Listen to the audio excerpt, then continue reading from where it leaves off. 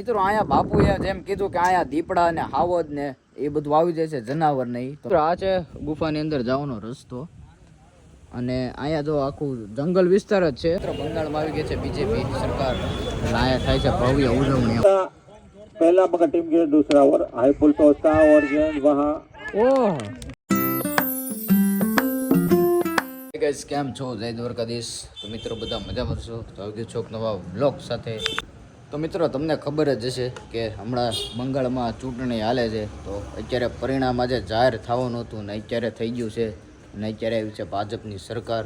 તો અમારે યાર્ડમાં જવાનું છે ઉજવણી કરવા એની. તો મિત્રો સીધા આપણે યાર્ડમાં જ ભેગા થઈ. મિત્રો બંગાળમાં આવી ગઈ છે બીજેપી સરકાર અને અહીંયા થાય છે ભવ્ય ઉજવણી. આમ જાઓ અમારા રાજુલામાં અમારા ધારાસભ્ય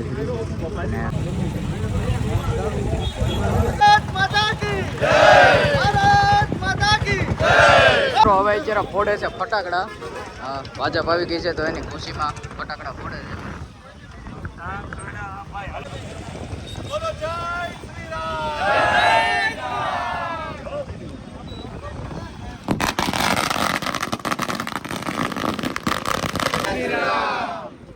બંગાળમાં પ્રથમવાર ભારતીય જનતા પાર્ટી જ્યારે ભગવો લહેરાયો હોય ત્યારે આ દેશના યશસ્વી વડાપ્રધાન નરેન્દ્રભાઈ મોદીજી, અમિતભાઈ શાહ સાહેબને અમે ખૂબ ખૂબ અભિનંદન આપીએ છીએ. અને ભારતીય જનતા પાર્ટીના કાર્યકર્તાઓમાં આજે અનેકો ઉત્સવ જ્યારે આજે મનાવી રહ્યા હોય ત્યારે હું ભારતીય જનતા પાર્ટીના તમામ કાર્યકર્તાઓને, તમામ આગેવાનોને ખૂબ ખૂબ અભિનંદન આપું છું. અને જય શ્રી રામના નારા સાથે બંગાળમાં જ્યારે આપણો ભગવો લહેરાઈ ગયો હોય ત્યારે આ જ રીતે દરેક ક્ષેત્રમાં, દરેક સ્ટેટમાં ભારતીય જનતા પાર્ટીનો વિજય થઈ રહ્યો હોય ત્યારે હું ફરીથી એકવાર યશસ્વી વડાપ્રધાન સાહેબનો ખૂબ ખૂબ આભાર માનું છું. અમિતભાઈ શાહ સાહેબનો ખૂબ ખૂબ આભાર માનું છું. જય શ્રી રામ.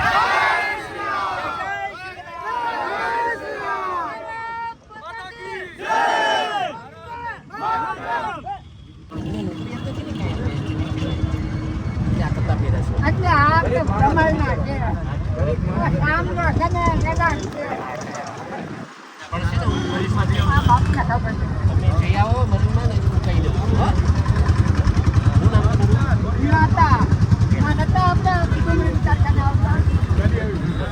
કાર્યક્રમ થઈ ગયો છે પૂરો અને આ ઉભો છે બધા કાર્યકર્તા ભારતીય જનતા પાર્ટીના અને ધારાસભ્ય ગયા છે ઉપર.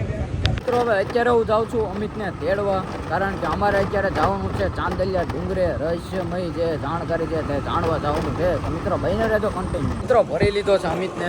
તો હવે અમિત કંઈ કહી દે.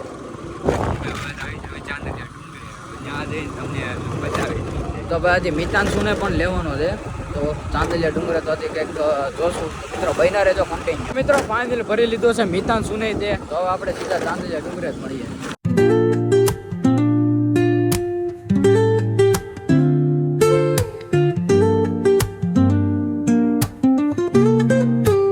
ફાઇનલ અમે પહોંચી ગયા છીએ ચાંદલિયા ડુંગરે. તો આ છે અમારે બાપુ કુકરિયાળી માતાજીના મંદિરના મહંતના દીકરા છે.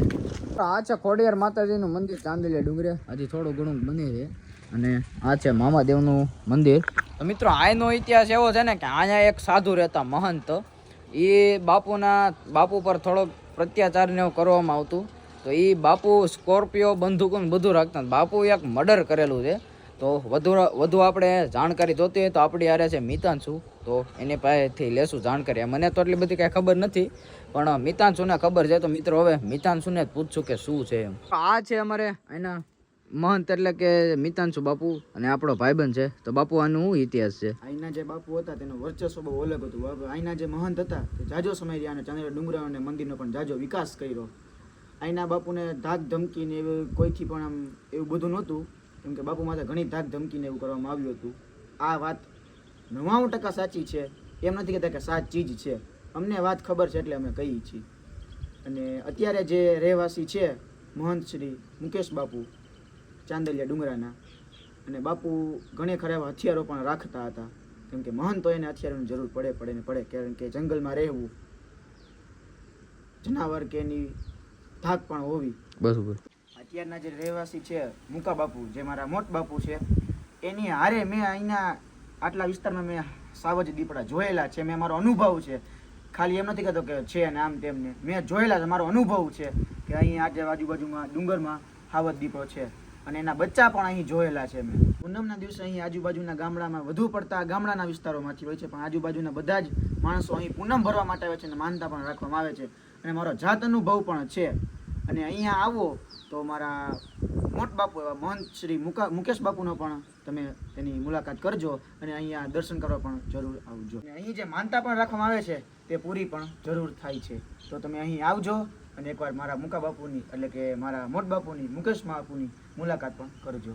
મિત્રો અહીંયા બાપુએ જેમ કીધું કે અહીંયા દીપડા ને હાવજ ને એ બધું આવી જાય છે, જનાવર નહીં. તો મિત્રો તમે રાતના સમયે આવો ને તો છે ધ્યાન રાખજો. અને જો તમે સાંજના સમયે આવો ને તો અહીંયા વ્યૂ પણ સનસેટ પણ મસ્તીનો દેખાય છે. આમ જો અહીંયા તો સૂર્યાજી આથમી ગયો, બાકી તો તમને દેખાડત ને અમે પણ મોડા પહોંચ્યા. અને મિત્રો અહીંયા જો આખો જંગલ વિસ્તાર જ છે. આ જો બધી કોર તમને જ્યાં દેખાશે ને જ્યાં વાડી વિસ્તાર ને એવું જ દેખાશે. આમ જો વાડી વિસ્તાર ને જંગલની. મિત્રો તમે રાતના સમયે આવો ને તો જરાક ધ્યાન રાખજો કે અહીંયા દીપડા અને સાવજ ને એવું આવી જાય છે. તો ખાસ કરીને એ ધ્યાન રાખજો. અને મિત્રો અહીંયા ગુફા પણ આવી, બાપુ ગુફા આવેલી છે. તો હાલો મિત્રો ગુફા જોવાની છે આપણે. તો મિત્રો ચાલો તમને દેખાડું કે કેવી છે. કેની છે બાપુ? ગણપતિ દાદા. તો મિત્રો ગણપતિ દાદા છે અંદર. તો મિત્રો ચાલો તમને દેખાડું ગુફા. મિત્રો આ છે ગુફાનો રસ્તો. તો હવે કાઢી નાખીએ છે બૂટ. તો જો મિત્રો અહીંયા આવેલી છે ગુફા. બાપુ તમારામાં લાઈટ કરી નાખો તો. તમે જો મિત્રો આ છે ગુફા. ગણપતિ દાદાનું છે ને, આ છે ગણપતિ દાદા. અને અહીંયા છે ચામુંડ માતાજીનું મંદિર. અને નાની એવી જ છે ગુફા. હું તમને દેખાડું પછી. આ છે ગુફાની અંદર જવાનો રસ્તો. અને અહીંયા જો આખું જંગલ વિસ્તાર જ છે. અને અહીંયા સાવ દીપડા ને એ બધું આવી જાય છે. આમ જો તમે આખું આમ જંગલ વિસ્તાર જ છે. અને સામેની કોર જે દેખાય ને એ બધું રાજુલા આવી ગયું છે. જો આ બધું સામેની કોર છે ને રાજુલા. અને અહીંયા આખું જંગલ જેવું જ છે. તો તમે રાત્રે મિત્રો ખાસ ધ્યાન રાખજો અહીંયા આવવાનું. તો બાપુ ક્યાં જવાનું છે? પેલા ખોડિયાર માતાજીનું મંદિર દેખાડી દેવું છે અંદરથી આવડવા. તો મિત્રો અત્યારે તો કામ શરૂ છે. મિત્રો આ છે ખોડિયાર માતાજીનું મંદિર.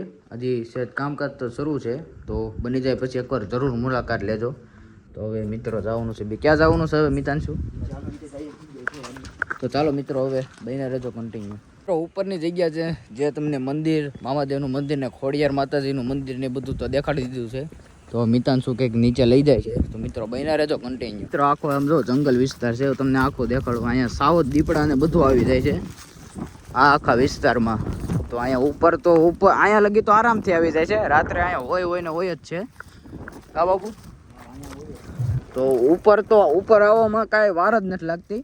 અહીંયા લગભગ 99% અહીંયા હોય ને હોય જ છે. મિત્રો આમ જોવો તમે ખાલી આમ નજારો પણ સારો આવે ને અહીંયા લોકેશન ને વ્યૂ પણ મસ્તીનું છે. આમ જો અહીંથી સનસેટ પોઈન્ટ થતું હોય ને બહુ મસ્તીનો નજારો છે.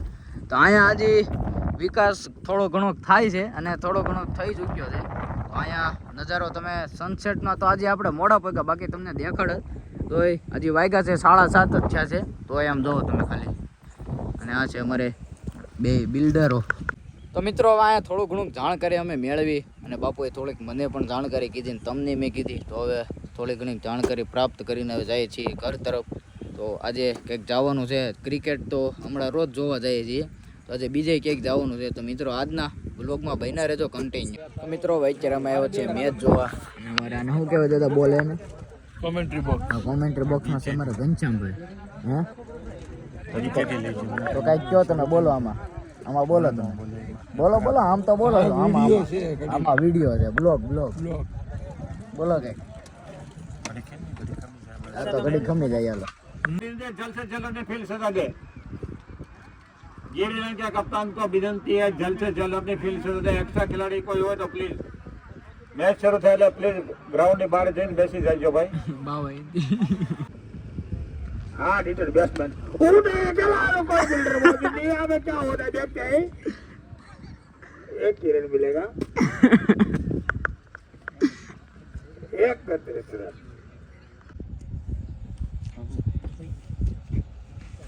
ऊटा खेला कोई फील्डर मौजूद नहीं है यार पे 6 रन अंपायर कर 6 रन.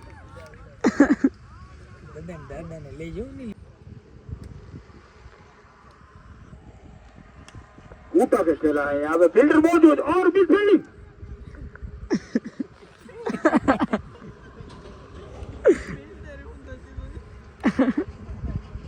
તો બસ મિત્રો આજના વ્લોગમાં આટલું તે મળી આવતા કાલના નેક્સ્ટ વ્લોગમાં. Thank you so much for watching. By.